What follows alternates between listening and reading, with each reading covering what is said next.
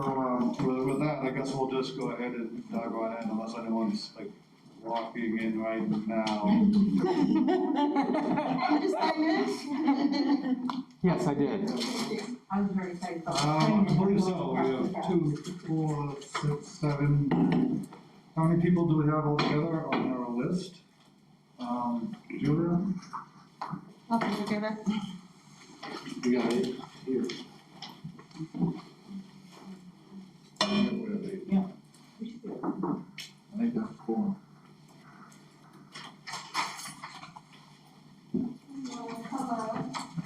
Darren Watkins apologized and begged forgiveness. He had a conflict like he has in every March with one of his kids' fair projects or whatever. What happened to the, 4-H commitment. yes. Yeah, it was something about entering a steer in the fair, and I just didn't even go through it. We already found what. All right, so it looks like we have quorum, assuming there's no more than 15 people left on the committee. So we'll go ahead and call it over and welcome everybody. We do have some members of the public here today, so we may want to go around the room. We'll briefly introduce ourselves. I think we start with a big circle, starting at Jack. Hi, Jack McCabe, PFA International. Trent Schwartz, Charles Perry Partners. LLC with retired. Art Castellanos, architect, Castellanos Tamani. Scott Riedenbacher, Director of Construction, Blue County Schools. Ryan Richards, RG Architects. Bob Taylor, Principal, ADG Architecture. Jacqueline Brown Interiors. Dana Hume, Johnson Engineering. And Kathleen Morgan, the County School Board. And in the back row, Good afternoon, my name is Tracy Adams, Procurement Coordinator. Susan Malay, Executive Director of Business Services. And Edith Taylor, Procurement Agent, thank you. thank you for that. Do we normally extend this welcome to obviously the public members here as well? Thank you. Betty Zaparoli, I'm one of the principals of ADG Architecture. Anna Tanner, ABG Architecture. All right, thank you, everybody. Now that we're all kind of a little familiar with each other, go on to the approval of the February 3rd minutes. Has anyone had any comments that needed addressing from the February minutes? I do not, I recommend approval. I second it. All in favor? Aye. Any opposed? None opposed. Minutes are approved as provided. And then we'll move into board member update. Can we just clarify the names of the first motion and the second motion so Julia can put it in there? Motion made by Dana and seconded by Mixed Ladder. Thank you. Okay, board member comment. So I don't know if we've discussed this here, I'm not sure, but our board attorney has clarified that a physical quorum is necessary for meeting. I know some committees have had great success with the Zoom meetings, increased participation, that sort of thing. And there was interest in continuing to operate committees on allowing Zoom access. And we can do that, but there must be by state statute, a physical quorum must be in the meeting, so for it to be official.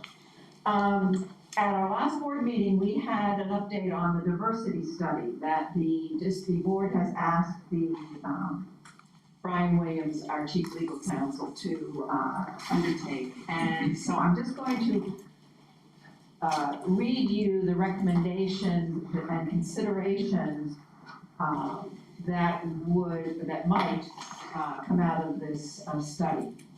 Adopt a commercial non-discrimination policy, adopt a diversity in business practices policy, training district staff involved in the procurement process, adopt a small business enterprise policy with an MWBE certification, and that is minority and women business enterprise certification. Tracking minority and women-owned business participation and tracking veteran-owned businesses. Continue to educate firms about how to do business with the school district of Blue County. Revise our data collection and record keeping processes, which may have an impact on contractors. Recommendations, considerations. Consider contract goals, develop a small business advisory committee, continue to educate firms about how to do business with School District of Lee County, re-examine School District of Lee County methods for procuring construction and maintenance, and forecast future procurement opportunities at least 6 months out, and consider a centralized bidder registration system. Now, none of these things are in process at this point.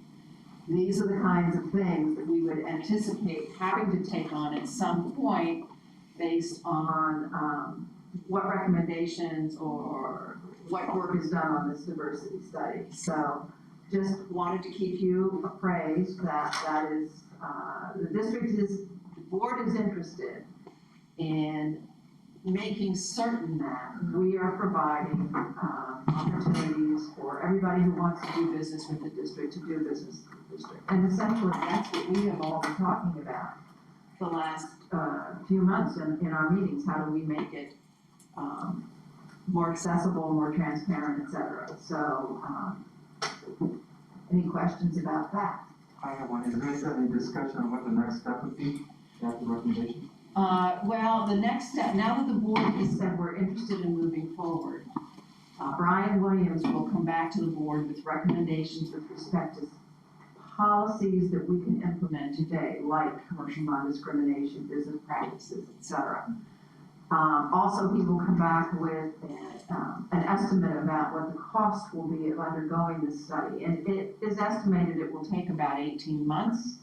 And it will require us to hire at least a firm with some expertise in this area to do the analysis of our processes and contracts. I do know that the business office, and Susan Millay can speak to this, is already changing how they track or how they capture data, so that they will be in a position to better provide data as needed to conduct this study. And I don't know if you want to say anything else about that, Susan. Okay. So.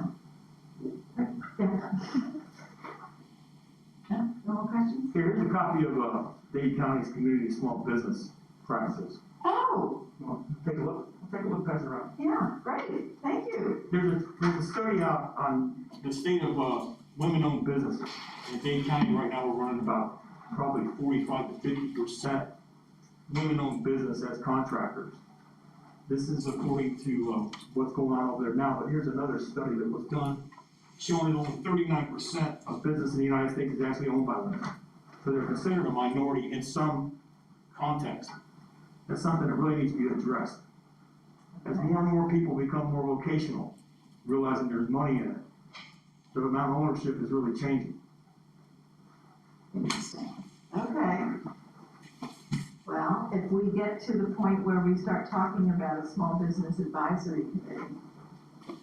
I thought you guys hired 2 lawyers from Miami to come over here and they're talking all kinds of. Well, that's what they're doing. That's essentially why it's being done. Right. Brian Williams came from Miami, where she Yeah. did this study. So, Being from Miami, I never really bumped into them, but I just. yeah.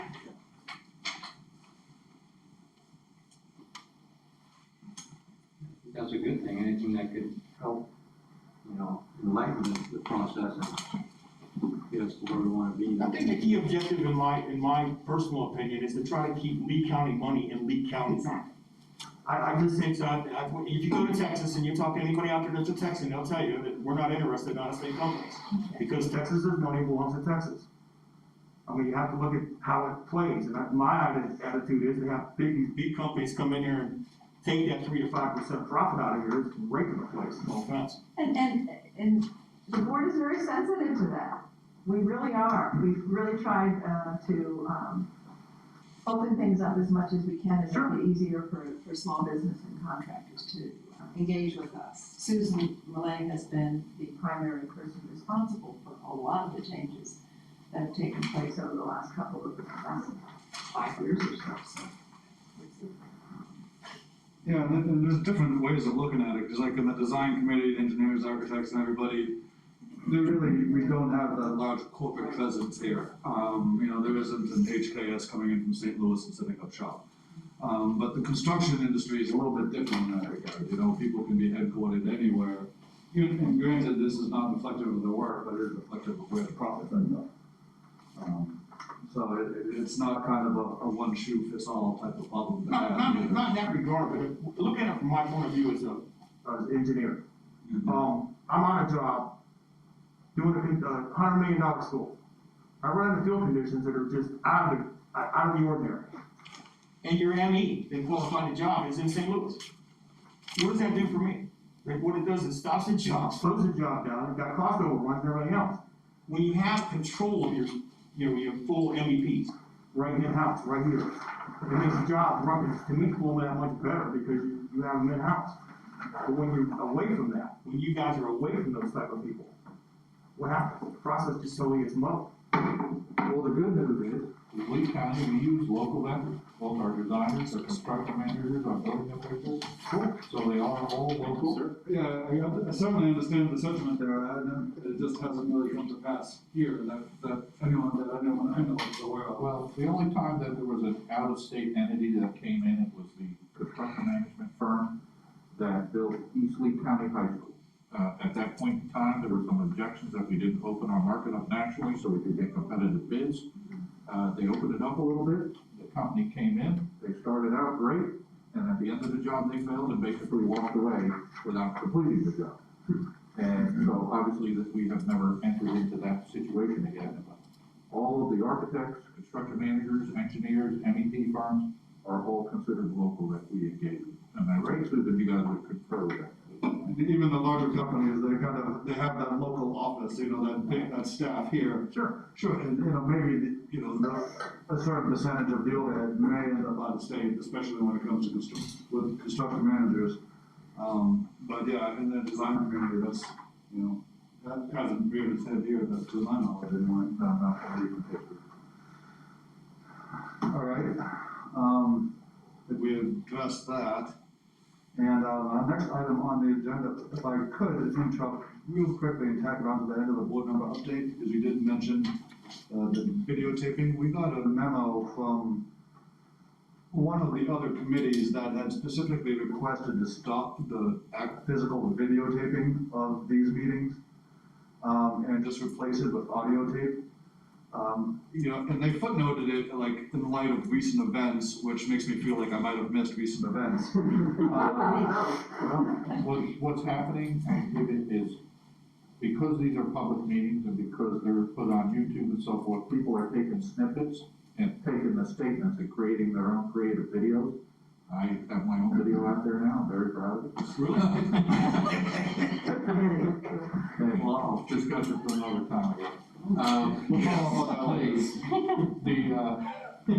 So I think what it's to prevent people from snagging videos and being artistic in their own ventures. Yeah, it's because that's becoming easier and easier to do for amateurs, I guess. So they're having every committee, they put that out there for the committee to discuss it and vote as to whether you want to continue or recommend to the board, whether you recommend that we stop the videoing, or if it makes no difference, you want to continue with the video, and I guess ultimately all of these committees will bring that discussion to the board for Right, it's a board decision, and the majority of the board were adamant that we do this videotaping, so. Well, because before, like when it came up, what was it, a year ago or a year and a half ago, that it was like, hey, this is gonna start happening, none of us were excited about that at all, and it was like, it had already been decided, so. I mean, it would have been nice had there been discussion prior to that.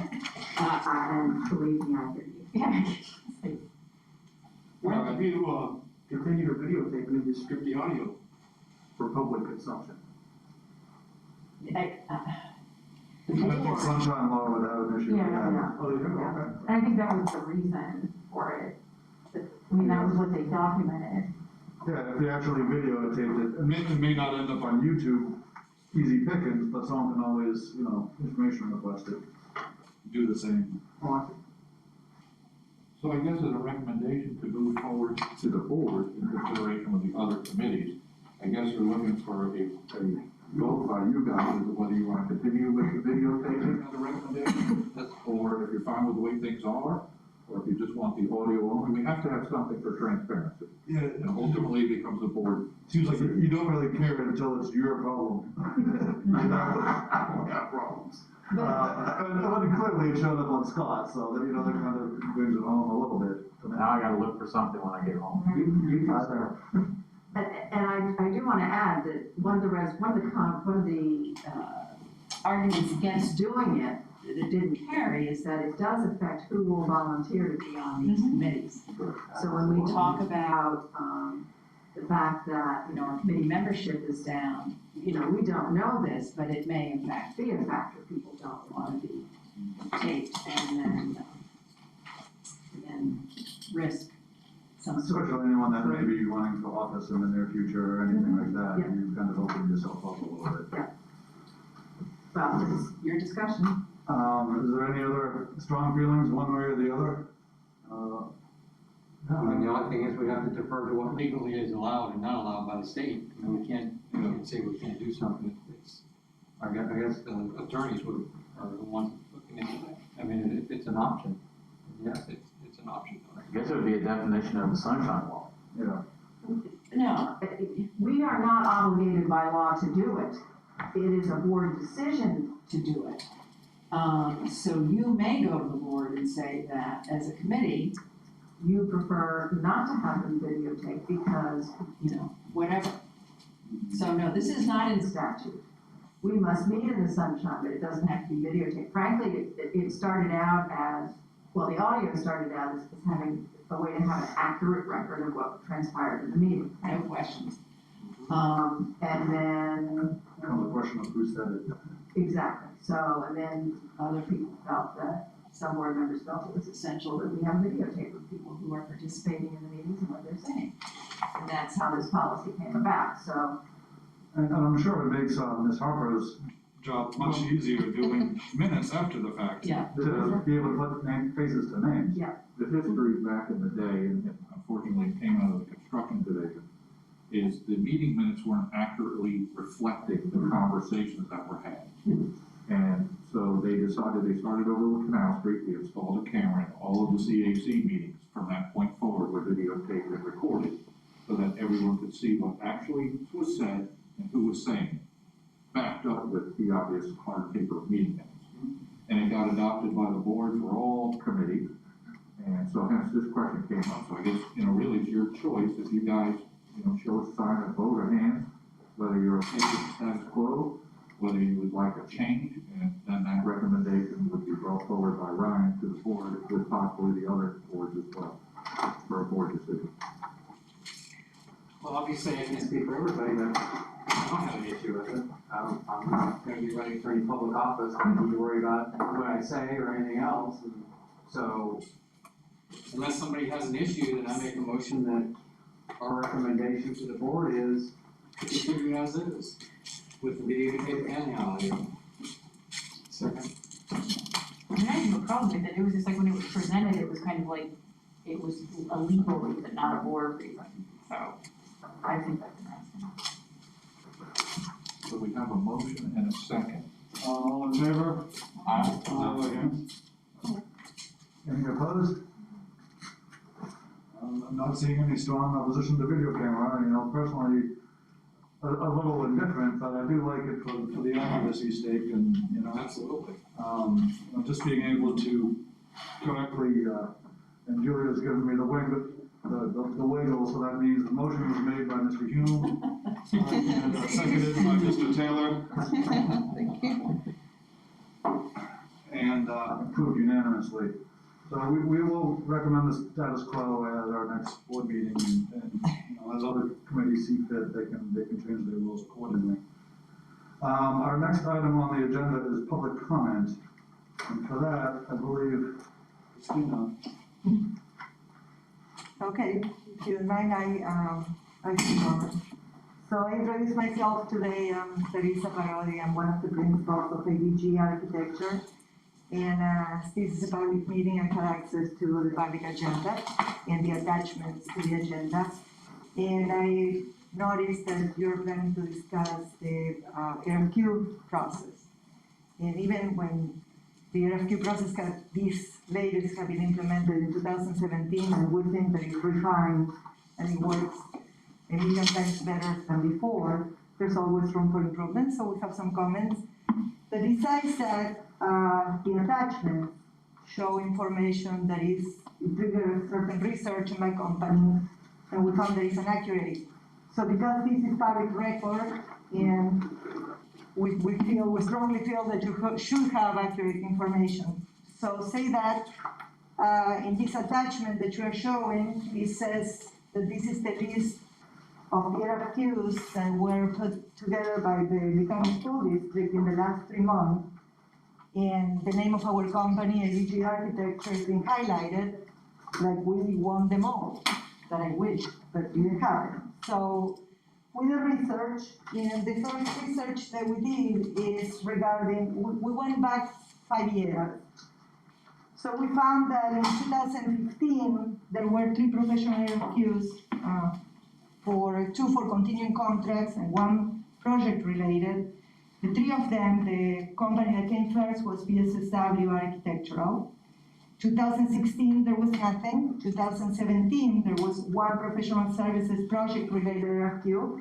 The company that got that one is RG Architects. 2018, there were 3 RFQs, and 2 of them are continuing contracts. All the companies were paid, so there's no winner or loser there. And the one that was project related, RG Architects got it. 2019, there were 3 RFQs. The first one was Harvard Joy, the other 2, ADG Architecture. In 2020, there were a lot of them, but in the last 3 months, there were 8 project professional services RFQs. From those 8, ADG Architecture, that is my company and the one highlighted here, got 3 of them. So I wish I had the 8, but we had 3. The other 2 that we became first are continuing services, but all of the companies were paid. So there are no winners or losers here. Everybody got them. And the other ones that are highlighted here are roofing jobs. One is from 2019 and the other 2 from the beginning of 2020. So that will be the accurate information regarding this attachment. So I just want to make sure doesn't sound like there's something going on. So we pass around this book because basically it shows all the supporting data that shows who, how, points, everything for the last 5 years RFQs. And also I have another little comments as public and as representative of the architectural community here regarding the RFQ process. And we have certain comments, sure, because after 2 years, there's room for improvement. And they're minor comments and most likely refer to experience. We have companies that have been in the area for a long time. Today is our 31 birthday. So, and we only can show experience for the last 7 years, well, etc. There are minor things here and there. We ask for support from the AIA. We're waiting for it, and to see if we can work on this process together. But we're passing that around too, so that's where, in summary, that's what I want to address. First of all, the 2 things. The agenda attachment, I will ask you to consider to replace it for accurate information, so the public record doesn't show something that is not true. And if you're going to discuss the RFQ process, here are our comments, so if you want to consider them, we'll take. Thank you. Thank you for that. Clarissa, I'm assuming she's the only one in court? Yes. She's my emotional support. I'm sure she doesn't see it that way. She did all the research. Yeah, just a point of clarification on the 2020 RFQs. I don't see the civil continuing services contract in there either. That is also professional, yes. That's under the professional. We only included in our research I'm talking about architects. what's in our packet. Oh, okay. We include all the architects, I'm assuming this came. and then, Is this, oh, that's from them? yes, the red book is from So us. you're the ones with the inaccurate Yes, information? this is your, sorry, this is your agenda, this is ours. Okay, I'm sorry, I apologize. So on the left side is your agenda, on the right side is our research. All right, But you're welcome to research civil if you want to. Yeah. I'm fine, I just thought it was a document that the school had prepared. so we had originally started out as a procurement as kind of a split agenda item, and then our last meeting, that subject seemed to grow and take over the whole meeting, so we don't really have a lot to go through. I know some of the people's questions from the last go around, they kind of went to the board, and then certain people felt they, weren't, all the questions were addressed at that time. So, I don't know if there's been changes in feelings in that. I know the local proximity, I think that's been beat to death. I don't think we're going to get a new definition of it, and it doesn't technically seem to be broken at the moment. The one recommendation that wasn't taken was to expand the history, to include more relevant projects, but, the kind of a folder saying that it seems to be okay in that regard. What was the other comments we had in the minority business? The local for a second? Uh-huh. The way I read it, maybe I'm wrong, someone could come in here tomorrow and open up an office for an RFP that's gonna be advertised the day after. That's the way it's written, that's the way I read it. So that to me is If I could please, you have to prove that you have had a business within 3 years. And of course, that would not eliminate someone from participating, but they would not get the points for that section of the RFQ. So you do have to prove that you have had a place of business in Lee County for 3 years. And there is a criteria that says what you have to submit for that.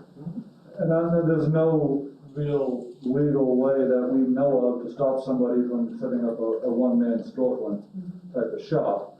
I'd be interested to hearing opinions on how to go about doing that, but I don't, obviously you want to hear from the qualified people, and as long as, we have to trust the selection committee to understand that the qualified people aren't all from Houston that are going to be working on this project, or whatever the case may be, that is the actual local representation here. But I don't know of a way to specifically outline that in a local practice. maybe this is mistyped or something, but I don't see a pretty requirement in it. There's one. It only says one, I thought. Under what 4%? I'm looking at S 5.1, where There's 5.1 in the bottom. So I don't know what document that you guys are looking at, but listen, the refresh can be, it's the new published documents that go out with an RFP packet, have the definition of local participation. So if you look at the last RFQs that have been released, that criteria is in there, and that has been in there since the new refresh. And it does have the 3 years. I think that you are looking at. it says it in here. It says, yeah, you're right. It Okay, says it in here. okay. But the recommendation says. That's 3.1. Ryan, if I may say. Trying to find the right chunk of paperwork here. Also, since we're talking about that, as part of our refresh, that is a section that also carries over into your presentation scores, as well as the district projects. And that is a takeaway from our refresh that you guys wanted to see, and we made that happen. Can I say something here? First we need the work that purchasing has done the last 3 or 4 years to get this process to where it's at today. It's like, yeoman's work, so I want to come, those people back there, Tracy and Tracy and Edith, and with Frederick's help, the process has gotten better and better each time. Yeah. So I commend you guys for it, and that's, one thing that you guys should be proud of doing. So I think the process is not broken, I think the process works, okay? The reason for the issue of the last, not 10 projects that came out were under the same architect, or 8 out of 10 were under the same architect. I don't know, when I was here working here, we had issues with one person and we hired him 4 times. And we had 3 other of the same issues, and Scott knows what happened there. So I've always been under, and it's not one particular firm, it's not one particular, I could care less if we hire somebody from, you know, Tallahassee to do work here. As long as they do work for the county, you know, and they have, and they have an interest in this county, they have an office here, they work here, that's fine, and they do quality work. The issue is trying to equalize the amount of work. I think we had a process for that where we gave people points or no points, and maybe that small subsection has to be looked at so that the people that have gotten the last 2 or 3 are now lower in points, and maybe they say, well, look, I got enough work now. I'll give some other people the work. I can't handle as much work because I only got 5 people in my office. I can't do all these jobs. So, you know, and that's the situation versus submitting, and getting, and it's not, you know, I'll be, you know, it's Ryan, you know, it's Bob, it's me. I mean, we're the main ones here, but there's other firms that are more than qualified to work, and they've gotten work. You know, if anything, I'm the one that's hasn't gotten work, and I work here, so I'm probably the one that has the most complaints about it, but that's fine. But that's just what the process that I saw here in the selection committee, and the, you know, the contractors had 2 or 3 guys that, there was 3 or 4 out of 5 projects, 3 of them were different, you know, 2 of the projects, so, and I don't know what the answer is, that's why it's to the committee to make a, you know, to decide, you know, that's all it is. It's not personal, it's not anything on companies, it's just the process, looking at the process itself to see what, you know, what we can tweak, that's all. And we've tweaked it, you tweaked it the last 2 or 3 years, so I'm okay with that. We're fine with that, you know, going forward. So that's the only, you know, that's the only thing I know. Well, and then the thing is, the one point that's meant to counteract that, is the only place it really shows up here is in district projects, you know, how much work do you have? And I think when the RFQs come out so well clustered, that someone can do a clean sweep beginning to end, none of it's ever gonna register until 6 months later, once all the contracts are done. So I don't know if there's a way to look at that either. I mean, that's the only thing that's in here to kind of, as a stop against that, was, well, how much do you have? But by the time it's under contract, there could have been a good number have gone by. That's kind of the only caveat I'd like to put on that. I know Clarissa had a comment there that she'd like to chime in with. Yeah, I have one little thing, but there's also the way that you're qualifying Mr. Castellanos, I should say in this committee, to call you by your last name. The way that you qualify the selection is by project. And it's not the same to have a roofing project than an entire high school, your workload. So when you qualify that a firm had 3 roofing jobs, those roofing jobs took 30 days to produce. 30 days, that's it. And then they are under construction. A high school is only 1 job, but it takes way more than those 3 small roofing jobs. So I think the process, the way that it is right now, is very strong. The qualifications requested by any of us, any of the architectural committee that submits to the book and makes the CAC to go to presentations, is in a way that all of us are qualified. And if when we go to a presentation, and I love the way that it's done right now, that there's the judging panel is represented by all the different sectors, not only facilities. So when we go to a presentation, if we can prove we can do the job, doesn't matter who gets it. And it's the volume of work. If you have an ongoing relationship with the district that is good, that you never had a problem with the district, and you can prove you can do the job, I don't see any problem with the process. But by the way, the reason I brought that, and I will say it again, is because that information is inaccurate. It's not. Within the 8 professional services, there are few that were put out in the last 3 months. Only 3 were awarded to the same company. Not all of them, like you have in that list. That list is saying that there were like, I don't know, 10 out of 10, 8 out of 10 or something like that, and that is inaccurate. So that's the reason I brought it.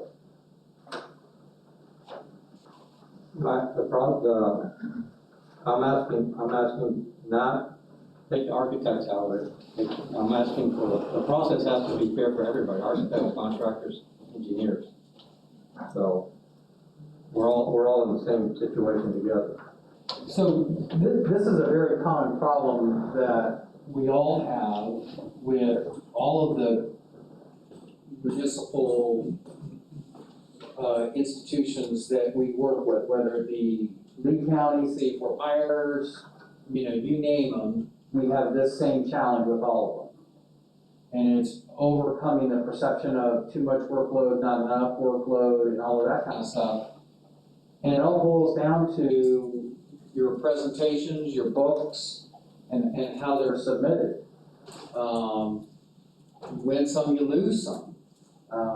So I've been in presentations in every municipality around here, and the way that procurement has it set up right now is about as even as it can be that I've been in. So I really wouldn't change a thing other than. We're listening. On the continuing services. Yeah, contracts. If you guys are gonna award everybody that submits, if you're gonna allow all of them to be a part of the continuing services contract, I don't think you need to go to presentation. I think what you're doing is you're wasting, the firm's time and money in preparing and doing those presentations. I love doing them. I have a recommendation for that. You guys have seen me, I have fun with them. But it takes a lot of time and money and effort to do that. And if you're going to, if you already know up front that you're going to include everybody on the list, and I really don't think that you need to worry about ranking them, going through that whole process. It ties up your employees, their downtime in doing that. I was a part of a lot of the presentations this year, beginning of this year, the end of last year. I can honestly tell you that I found some school employees that could have cared less if they were in there or not. There were a couple that had a really hard time keeping their eyes open, which is really disappointing because they're picking somebody to do a job and they're not even paying attention to the presentation. So that was disheartening. But that's life also. And in the continuing contract, the only benefit to the ranking is the first project that we let out will go to the number one board approved ranker. We follow in the rotation through the list. We may get through the whole list, we may not get through that whole list. Right. Which is another argument to not necessarily have to waste the expenditures of that presentation. Right. So if you're 14th, then you're not gonna get a job anyway. So my recommendation is, and this might sound funny, but my recommendation is once the books, once they qualify and they meet the need, everyone gets assigned a number. You put it in the wheel, you spin the wheel, and whoever comes out with their number, rank one, and so on and so forth, then it's a blind picking, and it doesn't have to go to the board for a ranking necessarily, or, it's whoever gets pulled out of that pin by luck of the draw is the first one to get the contract. Or you could rank them based on their submittal. The books. Just cut it off at the book process. This would have been awesome feedback, like back in December. But I don't think, honestly, I don't think it's fair to the procurement department that now we put the ranking and scoring on them. I think if you put it into the wheel and whoever you pull out becomes the number one rank, number, company number, then it's a blind pick. And there is no collusion, there is no favoritism, there is no anything that could be said, someone made a bad decision in reviewing of the book. If we're taking them all, the way you come out in the lottery is the first job, and we go through that creates the rotation list. Well, correct me if I'm wrong, but isn't the same group that reviews the books the same group that we present to? Typically, yes, but, that doesn't always happen. COVID, people are sick, you have conflicts with schedules. Oh, okay. But, one thing that I want to hear from the committee, if I can, what do other government entities do for their continuing contracts? Do you have to present for those? No. So you just have to submit your qualifications? That is correct. And that's how you're ranked? You're just on the list. You're just on the list. Okay. On the smaller projects, not the big. Right, oh, of course. Because I know that it says that you must do presentations for the big project. Right. So that's good information and great feedback. Very, very good feedback. Yeah, City of Fort Myers and Lee County, we just did the civil continuing services for both of those, and we did not have to present on either one. Wow, that is awesome. And for the smaller firms that may not have a book as spectacular as some of the larger firms, I know it sounds crazy, but it's a random pick. They have a good chance of getting one of the first 3 jobs out of the hoop as anybody else. Yep. Whereas if we rank them, and we got 14, and we only do 9 jobs, and now that small potentially minority firm, or women-owned business, maybe didn't get anything that year. So I know it sounds crazy, it sounds like a carnival, the bull, but I think we did a lottery system. And once they pass the first book test, you put it into a lottery and everyone gets assigned a number, and that's your number in the ranking that goes to the board. I do think though that you need to cut it off, so that if you do have, 15 or 20 firms submit, that there should only be a maximum number of firms in there, just so that those firms do have an opportunity to get some work. I'd like to clarify a couple of things. Procurement is not making any selections. The evaluation team is making the Right. selections, including the number of firms that would be brought forward for the continuing contract. So the evaluation committee needs to determine how many to invite to presentations, some, not all. And then the evaluation committee makes the recommendation as to how many to take forward for award. So procurement is facilitating that process and making sure we're staying in the boundaries of the law. However, the information that we have is helpful to take to the committees and share it with them so that they can be more informed when they're making their decisions. So this is a really great conversation. Yeah, I know the jokes about the contractor coming in 14th, but, like right here on the list, we were second on a roofing project 3 years ago, never got any work out of it. Just submitted again, got second again, but it's a lot of effort for something we never got any work out of the last 3 years, and just do it all over again. So that's primarily You were because first and never got any work out of it, so. most of the roofing projects that we had were over that $2 million threshold. And remember, we just increased that, the statute changed to $4 million. So I'm hoping that will alleviate some work off of us, and then that will be shared with you guys for the ranking. Because we didn't have any. Bob, you were first place, right? Were you first on that? We didn't have any for roofing consultant in 3 years. So that is something to take into consideration. It's just one more That reason to cut out that threshold extra has to be step, that's kind of the only reason I really brought it up, is you may not get anything out of it anyway. Right, At least you're limiting your exposure. correct. Yeah, I'd like to say that I think the process is pretty well put together. I mean, there's been a lot of thought over the years that's been put into it, you can see that. But on the local vendor participation, kind of your point, Art, was, back in 2014, I started a general contracting firm here. And, they were always on my list of always wanted to do work for the district. And so it took me 3 years to get to that, submitted, was able to get selected as a under $200,000 one, but I think that's important too, just not only for new people that come in the area, but for young people that are just coming in, trying to start something. But it's still I think they're qualifying, the qualifying process, I think, is pretty outstanding. And then you go into, so I've been on a few different levels here, and then I ended up going back to work for my company now, Charles Perry, who's actually, headquartered out of Gainesville, but we've had an office down here, satellite office, for 5 years, so we kind of qualified for that. But I'm local here, so we're keeping that money here, we're going out, and so so you're selecting the right people, I believe. I think it's a good opportunity, and it's very open for a lot of people out there. Well, then part of the reason too, and I'm sorry to keep, I can just tell you because I used to sit on the panels, but I'm an outsider looking in. Remember, on the 200,000 and less projects, the major CMs can also participate in that RFQ as well. So when you go to the presentations, you're gonna have a company that has people that can speak and orientate and have the latest technical data to shine, and you're gonna have a startup company similar to what you're trying that doesn't have all of that. I didn't have enough color on mine. Yeah, so by default, you've got some small players playing with major players, and they're all competing in that same small amount.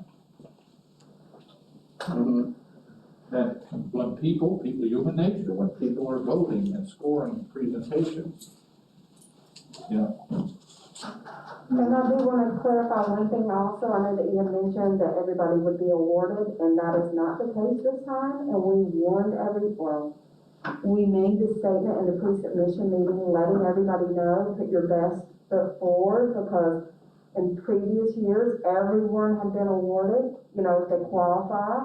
We did not do that this time. For example, we had 19 CM, or general contractors, submit for the greater than, I believe, and we are only awarding the 14.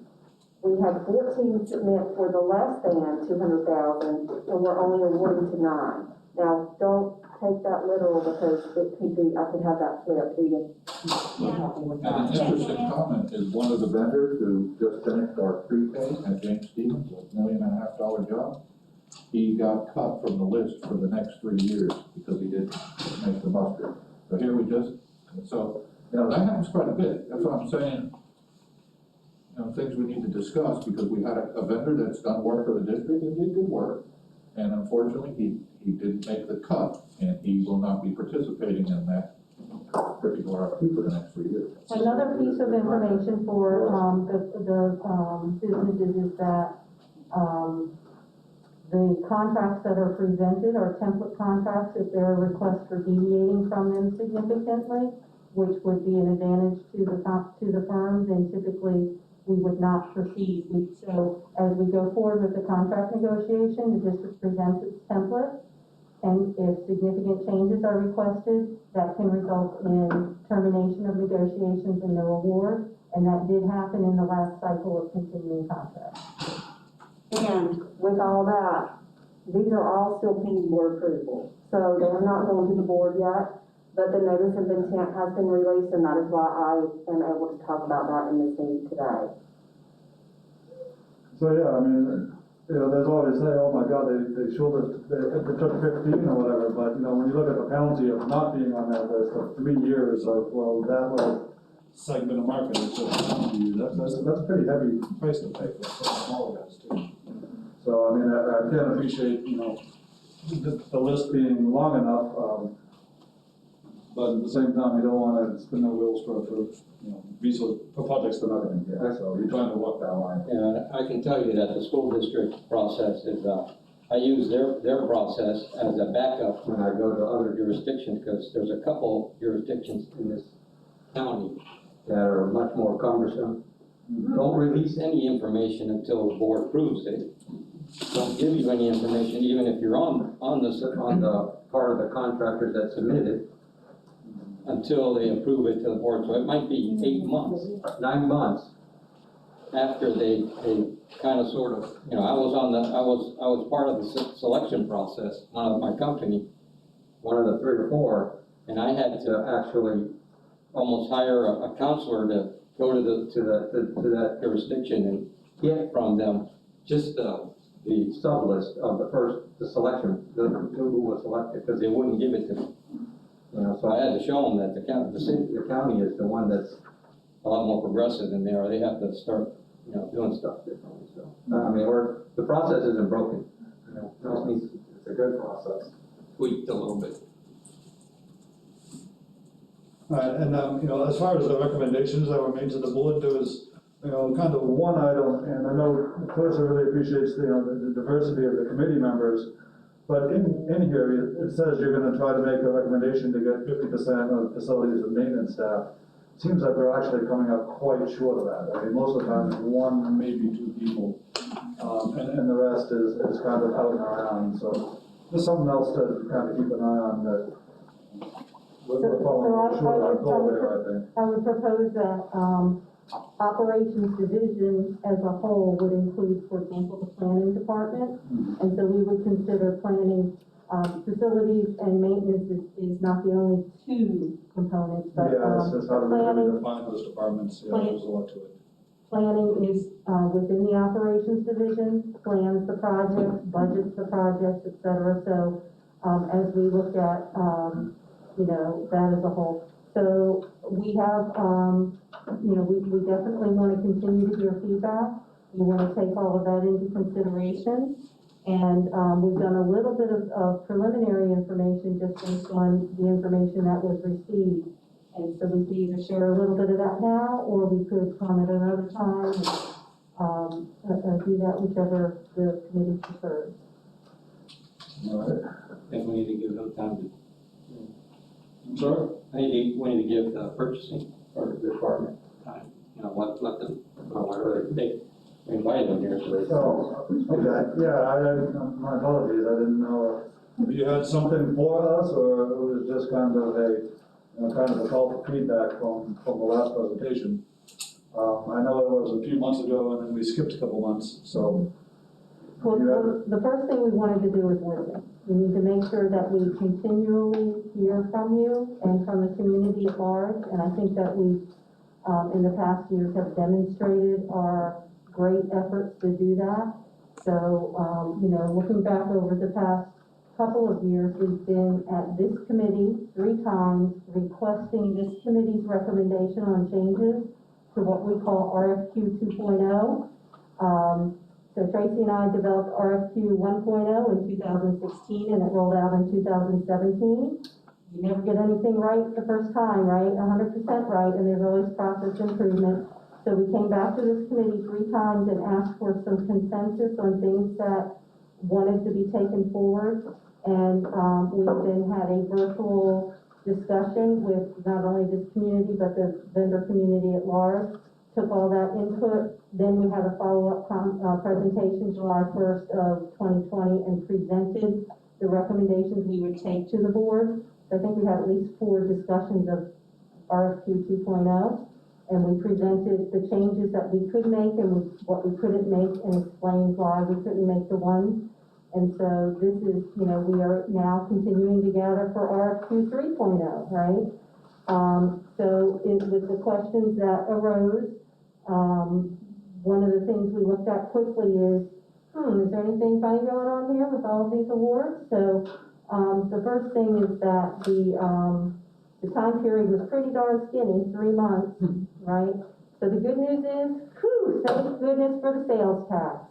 Thank you to our community for the first time supporting that important initiative, and now we can take those funds and we are building schools without going into debt. We are financing roofing, not having to finance roofing projects, but just doing them straight out with our sales tax funding. Then we wanted to make sure, so I think one of the questions, or the 2 key questions are equitable distribution and local vendor participation. So in the meetings leading up to the July 1st presentation, we asked this group, we gave you 3 or 4 options on defining local, what is the definition of local vendor, because it's not defined in law. And so we presented some things up in this room, and we had spent about 2.5 hours debating what was local. And so out of that came the recommendation of how to proceed. We can continue to fine tune that and hear information, and we will, reassess as we're going for RFQ 3.0, what our processes will be. We also talked a lot about the small business and minority business participation. As Mrs. Morgan said, we're moving forward in that area, and we are looking to gather. One of the things I would ask when you or other companies register to do business, we're trying to get you to designate. We have the form now says, are you a small business? Are you a woman-owned business? Are you a minority-owned business? Are you a veteran-owned business? And if we don't have that data, we can't report on how many small businesses and minority businesses are we working with, because we don't have the data from the community. So that's really important. So what you're going to see from us is a query or an inquiry to ask you to submit your updated form with your status as a small business or woman-owned business or minority business, etc. So then one of the other things we just took a quick peek at is, what is the composition of our evaluation committees? Because, I think we've had that question of, is it all facilities and maintenance folks, or is it not? So on the 8 projects that we looked at, we have had a total of 29 different individuals scoring on those committees, with the average person, scoring on fewer than 2. So, one of the first things you ask is it the same group of people and they're awarding to their favorite vendor? So I think that data represents that it's not the same group of people, and what you're seeing is the principal at the school where the roof is going on, the principal and the AP are on that scoring committee. They want to get to know you. They want to know what the work is going to happen on their grounds. They have that right. So they are members of the committee, and so that diversity and the reason that number is so large, 29 different individuals scoring, is because we are engaging the stakeholders of the great products that you are all delivering. So I think that our quick look at, who's making the awards demonstrate that, and also of those 8 projects, only 3 people scored on either 4 or 5 projects. Everyone else scored on 1 to 3 projects. So that represents diversity in who is evaluating your work to make sure that, again, it's not the same people selecting their favorite vendor. So I hope that we can, make sure that we share that information so that that's a clear message. Any questions on that? Okay. So another topic was number of contracts. So we went back and did a little bit further than just 3 months, because that's a very narrow window. And as we looked over, I think the last 9 or 10 major projects, we took continuing services out of the equation, because the majority of people who bid on continuing services received a bid. And then as we looked at a point that was made earlier, the dollar amount of the projects. So 3 projects that were awarded were for schools, and the firm that was identified as having the majority of the work, I think they might have won 1 of those. Is that correct? Okay.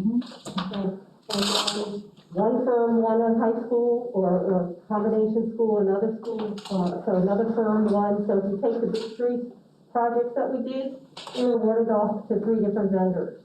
So there is diversity in those large projects in the award process there. Although that's not on purpose, that's just how it happened. I mean, it could very well be the same firm every single time. We just, it's just up to what is presented and the evaluation committee, what they're, how they see it. We've seen a definitive change. I'm not part of the committee, but I've talked to people about what occurred. That many people who didn't get work in the past have stepped up their game, their presentation game, and they've come to win, and they're winning work.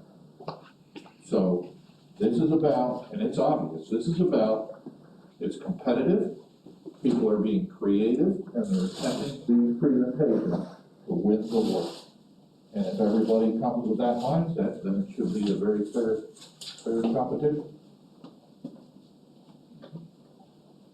So I'll ask Tracy to restate one of her best practices that she's put into place, that I think several people in this room have gained an advantage from, and that is getting debriefings of your performance. So Tracy, you want to talk about that a little bit?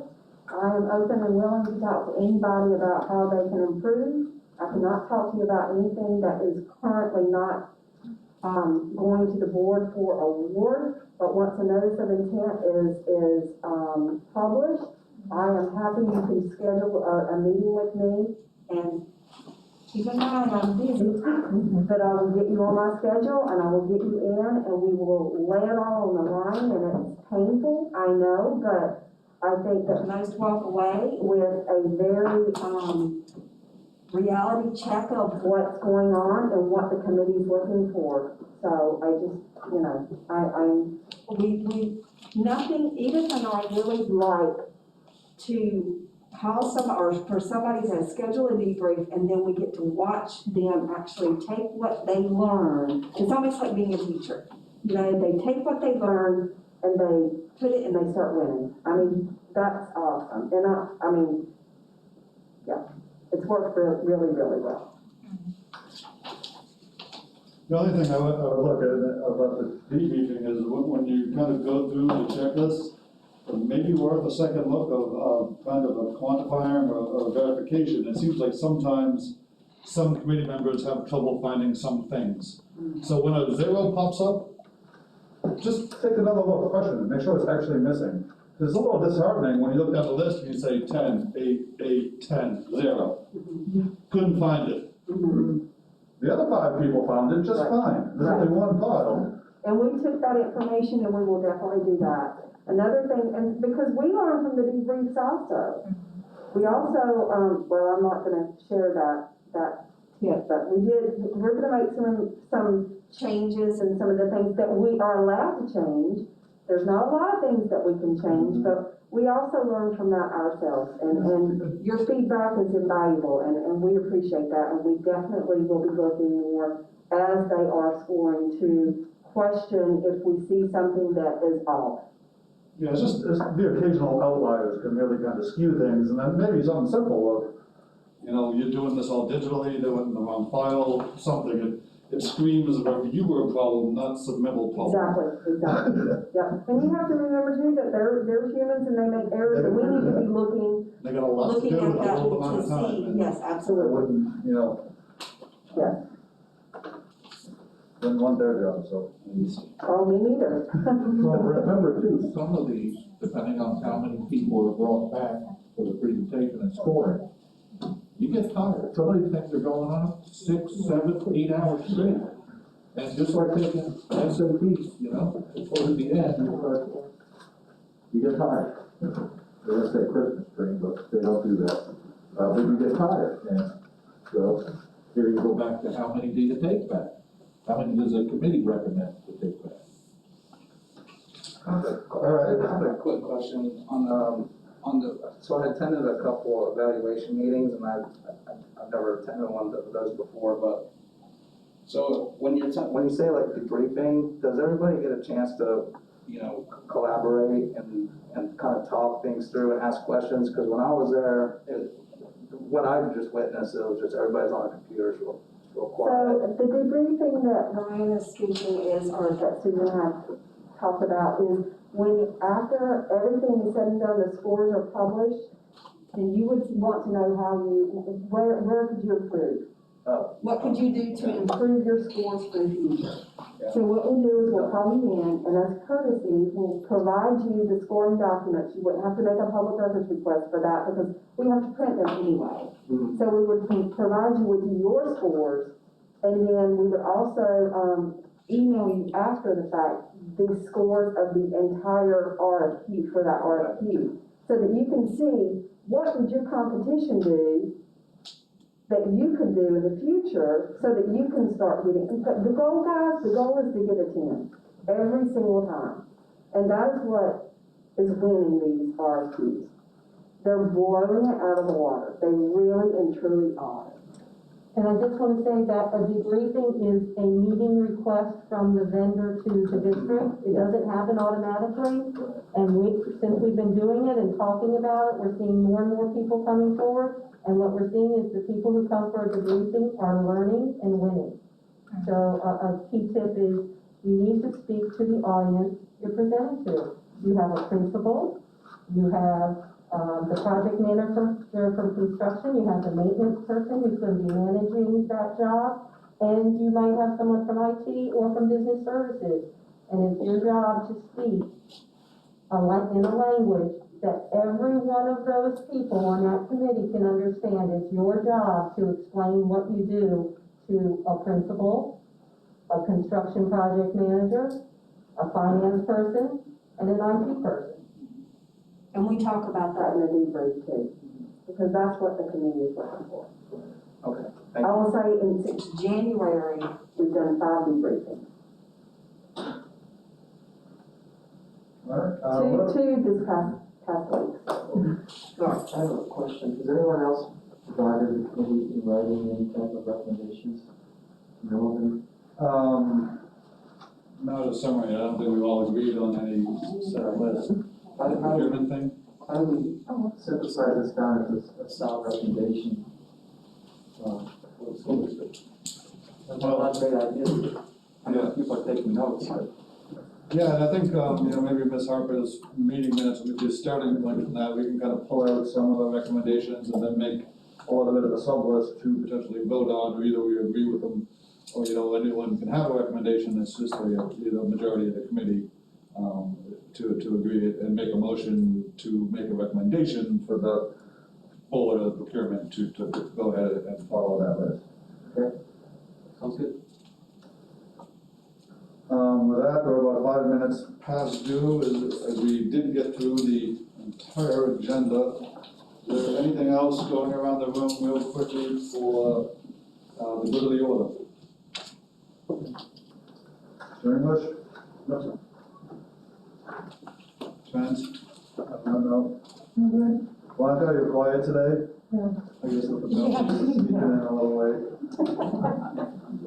Okay. Anybody else? I just want to say thank you to staff for taking the time to come to this meeting and listen to us. I really appreciate that. Thank you everybody for your time.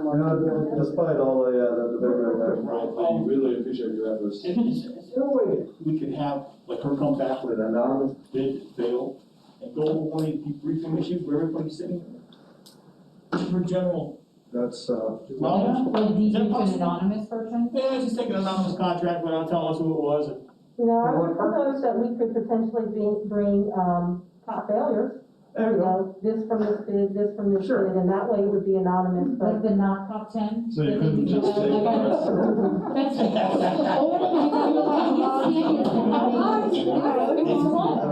Friday afternoons or something, it was like the not top 10. No, I say, is that possible? And try to hear what the general idea of But what then they're. like if you see one of Yeah, the presentations. no, that'd be worthwhile to the committee if you're willing to. So have more on your I plate at this propose point. that, if I could, I propose that might be something to revisit in the summer.